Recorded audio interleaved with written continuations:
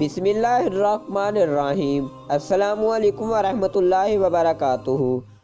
ناظرین اکرام، سورہ الرحمن میں اللہ تعالیٰ نے اپنے بندوں پر 3 عنایات کا ذکر کیا ہے۔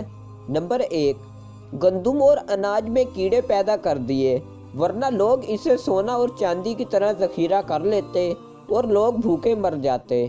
نمبر 2، موت کے بعد مردے کے جسم میں بدبو پیدا کی، ورنہ کوئی اپنے پیارے کو دفن نہ کرتا۔ نمبر 3، مصیبت اور دکھ کے بعد صبر اور سکون دیا، ورنہ زندگی کبھی خوشگوار نہ ہوتی۔ تم اپنے رب کی کون کون سی نعمتوں کو جھٹلاؤ گے؟ ناظرین اکرام، اللہ کی دی ہوئی ہر ایک نعمت کا شکر ادا کریں، اس سے پہلے کہ وہ نعمت آپ سے چھین لی جائے۔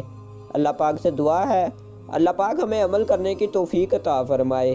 آمین یا رب العالمین۔